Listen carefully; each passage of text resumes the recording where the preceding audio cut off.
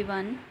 Myself Tehsin Madam, Standard 8, Subject General Knowledge, સામાન્ય જ્ઞાન. Dear students, અન્ય વિષયોની જેમ સામાન્ય જ્ઞાન પણ એક અગત્યનો વિષય છે. તો સામાન્ય જ્ઞાન વિષયમાં આજે આપણે કેટલાક પ્રાણીઓની વિશેષતાઓ વિશે સમજીશું. પૃથ્વી પર કેટલાક પ્રાણીઓ પોતાની આગવી વિશેષતાઓ ધરાવે છે. એ પ્રાણીઓની વિશેષતા આપણે સમજીશું. તો વાત કરીએ પહેલાં હરણ. તો હરણ તમે જોયા હશો વિદ્યાર્થી મિત્રો, કેટલાક હરણ જે છે એ શિંગડાવાળા હોય છે, તો કેટલાક હરણ જે છે શિંગડા વગરના હોય છે. તો હરણની એ ખાસિયત છે, એ વિશિષ્ટતા છે કે નર હરણ જે છે એ શિંગડાવાળા હોય છે, જ્યારે માદા હરણને શિંગડા હોતા નથી. તો હરણની આ વિશેષતા છે કે નર હરણને શિંગડા હોય છે અને માદા હરણને શિંગડા હોતા નથી. એ તમે અહીંયા ચિત્ર દ્વારા સમજી શકો છો. ત્યાર પછી વાત કરીએ તો જીરાફ. જીરાફની ડોક ખૂબ જ લાંબી હોય છે, પરંતુ એ ડોકમાં 7 જ મણકા હોય છે. હવે તમે પ્રાણીઓ તો જોયા જ છે, તમે ખ્યાલ છે તમને કે પ્રાણીઓમાં જો સૌથી લાંબી ડોક કોઈની હોય તો એ જીરાફની છે, પરંતુ એની ડોકમાં માત્ર 7 જ મણકા હોય છે. ત્યાર પછી વાત કરીએ ઓકાપી. હવે ઓકાપી નામનું આ જે પ્રાણી છે, એ પ્રાણીના તમે પગ જોશો તો એના પગ બિલકુલ ઝીબ્રાના પગ જેવા દેખાય છે. ઝીબ્રા તમે બધાએ જોયું જ હશે, ચિત્ર જોયું હશે એનું. તો ઝીબ્રાના શરીર ઉપર જે પટ્ટા જેવી ભાત હોય છે, એવી જ ભાત આ ઓકાપી નામના પ્રાણીના પગ ઉપર હોય છે.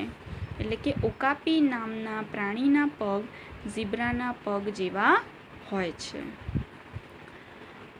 ત્યાર પછી વાત કરીએ તો ટેપીર.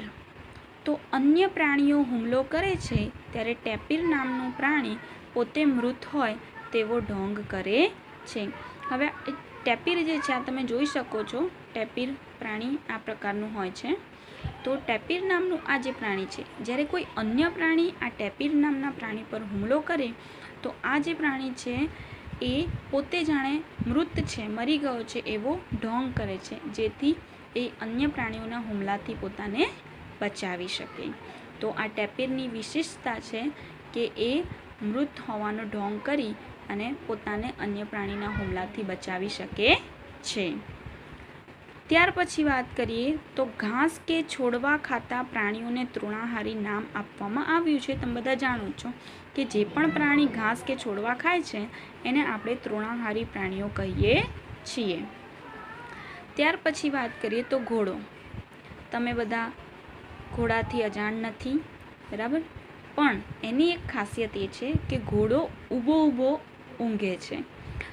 જનરલી તમે ક્યારેય ઘોડાને બેસીને ઊંઘતા જોયો નહીં હોય, કેમ કે એની એક ખાસિયત છે, એની વિશેષતા છે કે ઘોડો હંમેશા ઊભો ઊંઘે છે. ત્યારબાદ વાત કરીએ તો યાક. યાક મુખ્યત્વે તિબેટ દેશમાં જોવા મળે છે. હવે યાક નામનું જે પ્રાણી છે એ તમને અન્ય દેશોમાં નહીં પણ તિબેટ નામના દેશમાં જ તમને મુખ્યત્વે જોવા મળશે. આ યાક નામનું જે પ્રાણી છે એ તમે ચિત્રમાં જોઈ શકો છો. આ પ્રકારનું એ પ્રાણી હોય છે જે તિબેટ દેશમાં તમને જોવા મળે છે. ત્યાર પછી વાત કરીએ તો બીવર. બીવર નામના પ્રાણીના દાંત વૃક્ષને પણ કાતરી નાખે તેટલા મજબૂત હોય છે. હવે આ જે બીવર નામનું પ્રાણી છે એ પ્રાણીના દાંત એટલા મજબૂત હોય છે કે એ વૃક્ષને પણ કાતરી નાખે છે. માદા પ્રાણીઓ પોતાના બચ્ચાને ગંધ વડે ઓળખે છે. જનરલી તમે પ્રાણીઓમાં જોયું હશે કે પોતાના બચ્ચાને ઓળખવા માટે માદા શું કરતી હોય કે એ બચ્ચાને સૂંઘે છે અને એ ગંધ પરથી ઓળખે છે કે એ એનું બચ્ચું છે કે નહીં. તો આ પણ પ્રાણીઓની એક ખાસિયત છે કે માદા પ્રાણી જે છે પોતાના બચ્ચાના ગંધ વડે ઓળખે છે. ત્યાર પછી વાત કરીએ તો ચિમ્પાન્જી. તો માનવી પછી ચિમ્પાન્જી પ્રાણીને સૌથી વધુ વિકસિત મગજ હોય છે. જો માનવ બાદ માનવી પછી સૌથી વધુ વિકસિત મગજ કોઈ પ્રાણીનું હોય તો તે ચિમ્પાન્જીનું છે. ત્યારબાદ છે બધા પ્રાણીઓમાં સૌથી મોટી આંખ વિરાટ સ્ક્વિડ નામના પ્રાણી મોટું દરિયાઈ પ્રાણીને હોય છે. હવે આ જે સ્ક્વિડ નામનું દરિયાઈ પ્રાણી છે એને બધા પ્રાણીઓમાં સૌથી મોટી આંખ હોય છે, જે તમે અહીંયા ચિત્રમાં જોઈ શકો છો કે એની જે આંખ જે છે એ કેટલી મોટી છે. ત્યારબાદ વાત કરીએ ગોકળગાય. ગોકળગાય પોતાના ઘરને પોતાની પીઠ ઉપર લઈને ફરે છે. બરાબર, આ એક જ એવું જીવજંતુ છે કે પ્રાણી છે કે જે પોતાના ઘરને પોતાની પીઠ ઉપર લઈને ફરે છે. ત્યાર પછી વાત કરીએ તો રીંછ. એમાં પણ ઉત્તર ધ્રુવ પ્રદેશના રીંછ. હવે ઉત્તર ધ્રુવ, દક્ષિણ ધ્રુવ એના વિશે તમે જાણો જ છો. તો ઉત્તર ધ્રુવ પ્રદેશના જે રીંછ છે એ રીંછ વિશ્વમાં સૌથી વધુ માંસ ખાનાર પ્રાણી છે. જો પ્રાણીઓમાં સૌથી વધુ માંસ ખાનાર કોઈ પ્રાણી હોય તો એ ઉત્તર ધ્રુવ પ્રદેશના રીંછ છે કે જે વિશ્વમાં સૌથી વધુ માંસ ખાનાર પ્રાણી છે. ત્યાર પછી વાત કરીએ તો ઝીબ્રાના પટ્ટાની ભાત. તો જેમ દરેક માણસની ફિંગરપ્રિન્ટ્સ એટલે કે આંગળીની છાપ અલગ હોય છે તેમ દરેક ઝીબ્રાના પટ્ટાની ભાત પણ અલગ હોય છે. આપણે બધા જાણીએ છીએ કે દરેક માનવીની ફિંગરપ્રિન્ટ્સ એ જુદી જુદી હોય છે, અલગ અલગ હોય છે. ક્યારેય કોઈની ફિંગરપ્રિન્ટ એક સરખી હોતી નથી. એવી જ રીતે ઝીબ્રાના જે પટ્ટાની ભાત હોય છે એ પણ દરેક ઝીબ્રાના પટ્ટાની ભાત કેવી હોય છે? અલગ અલગ હોય છે. આ એની એક ખાસ ખાસિયત છે. બરાબર. ત્યાર પછી વાત કરીએ તો ચિત્તો. તમે બધા જાણો જ છો કે ચિત્તો એ ધરતી પર સૌથી વધુ ઝડપથી દોડતું પ્રાણી છે. જો પ્રાણીઓમાં કોઈ સૌથી ઝડપે દોડતું પ્રાણી હોય તો એ પ્રાણી કયું છે? ચિત્તો. વૃક્ષ પર જ જીવન ગુજારતું સૌથી મોટું સસ્તન પ્રાણી ઓરાંગ ઉટાંગ છે. વૃક્ષ પર જ પોતાનું જીવન ગુજારતું હોય એવું સૌથી મોટું સસ્તન પ્રાણી કોઈ હોય તો એ ઓરાંગ ઉટાંગ છે. અહીંયા તમે જોઈ શકો છો કે કેવી રીતે કેવું પ્રાણી છે. બીજા શબ્દોમાં તમે એને ચિમ્પાન્જી કે વાનર પણ કહેતા હશો. ત્યાર પછી વાત કરીએ તો ઘોરખોદિયું. હવે ઘોરખોદિયું એક એવું પ્રાણી છે કે જેને શિકાર ના મળે ત્યારે ઘણીવાર ઘોરખોદિયું તાજી કબરો ખોદીને પોતાનો શિકાર મેળવી લે છે.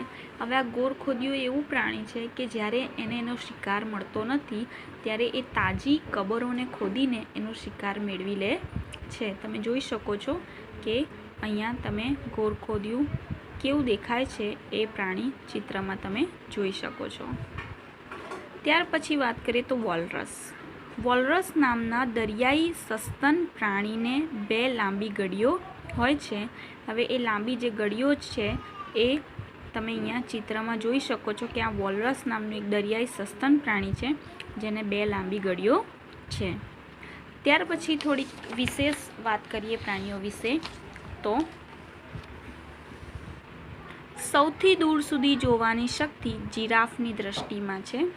તેની પાસે સૌથી લાંબી અને ફરતી જીભ છે. હવે તમે જોશો કે જીરાફ જે છે એની સૌથી લાંબી ડોક તો છે જ, સાથે સાથે સૌથી દૂર સુધી જોવાની શક્તિ પણ જીરાફની પાસે છે. જોવાની શક્તિની સાથે એની જીભ પણ સૌથી લાંબી હોય છે ને એ પણ ફરતી જીભ. તમે અહીંયા ચિત્રમાં જોઈ શકો છો કે કેવી લાંબી એની જીભ છે. ત્યાર પછી છે હાઉલર્સ. હાઉલર્સ નામના વાનરનો અવાજ 3 માઇલ દૂર સુધી સંભળાય છે. હવે હાઉલર્સ નામનું આ જે વાનર છે એનો અવાજ 3 માઇલ સુધી સાંભળી શકાય છે. એક એની વિશિષ્ટતા છે. જમીન પર રહેતું સૌથી મોટું આફ્રિકન હાથી છે. નર હાથી 10 થી 13 ફૂટ ઊંચાઈ અને 4700 થી 6048 કિલોગ્રામ વજન ધરાવે છે. જમીન ઉપર રહેતું સૌથી મોટું પ્રાણી કોઈ હોય તો તે આફ્રિકન હાથી છે. એમાં જો નર હાથી હોય તો તેની ઊંચાઈ 10 થી 13 ફૂટ હોય છે અને તેનું વજન 4700 થી 6048 કિલોગ્રામ જેટલું હોય છે. ત્યાર પછી એક ખાસ વાત કરીએ તો જડબાની સૌથી વધુ મજબૂત પકડ મગરની હોય છે. જો મગર એના જડબા વડે એના શિકારીને પકડી લે તો એમાંથી છટકવું ખૂબ જ મુશ્કેલ છે અથવા તો નહીવત છે. જ્યારે હાથની સૌથી વધુ મજબૂત પકડ તમે જોવા જાઓ તે ગોરીલાની છે.